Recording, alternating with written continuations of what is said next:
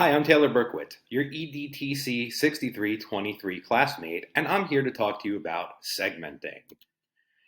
If I were to tell you about segmenting, I would tell you a bunch of things. You'd break things down into smaller concepts, bite-sized segments that people could digest, because you don't want to overload the learner. You want it to be based in psychology. You want to allow time for people to process. It's always good to add a continue button. It's all supported by evidence, and people perform better with segmenting. Stop. Don't do this. This is why you need segmenting.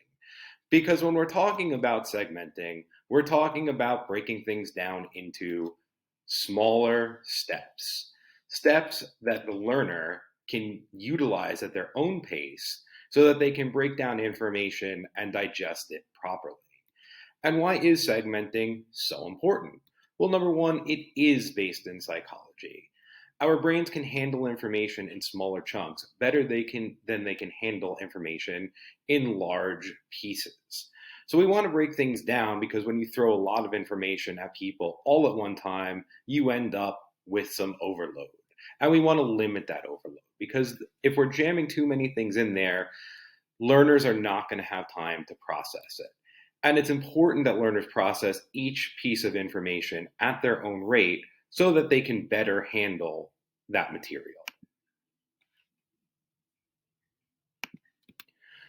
So now let's talk about ways that you can segment.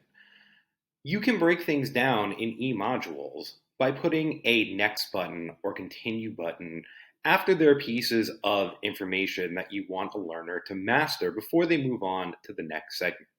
It's always great to have something like this because it ensures that the learner can advance once they're comfortable with the concepts. In some cases, you may not be able to do that. So something like having a pause button available on a video is great because if a learner needs to refresh their memory, stop and digest, they can hit the pause button. What would be even better than that is if you had specific moments at a video where you would pause it to allow a learner to process information because a lot of times learners will just continue to go on rather than press the pause button themselves. So if I were to give you an example of how this would work if I were doing, let's say, an e-video teaching my students how to hyperlink text, I would first do something like instruct them and maybe demonstrate on the screen how to open up a Google document and type in some text. And while they're doing that, I would ask them or put in a pause. Once they're ready to move on, they can come back for the next step. And at step 2, I would then ask them to say type in a URL, highlight, and then make sure that they knew how to copy that link. And then once again, while they were doing this, I would ask them to call it pause, or I would put a pause function on the video.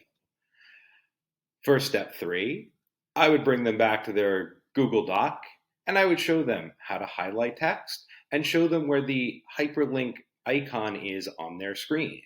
And while they are practicing linking that text and highlighting, I would pause again so that they could digest this information and process it.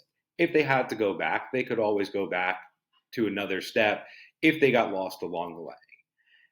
And finally, I would show them how to paste the link, apply it, and then you might want to pause to give them time before bringing them back and concluding with a summary of what they just learned, showing them how they completed this objective. So that's what segmenting is. Pretty simply, it's just breaking things down because it's a lot easier for us to process those things. And if we stop along the way, we're going to make sure that as learners, we have all the information that we need. If you'd like more information, you can check out the E-Learning and the Science of Instruction textbook by Clark and Mayer that we're using for this class. It has a lot of information on segmenting, as well as all of the other topics that will be covered in the videos for this class. I thank you very much for listening, and I will EDTC you later.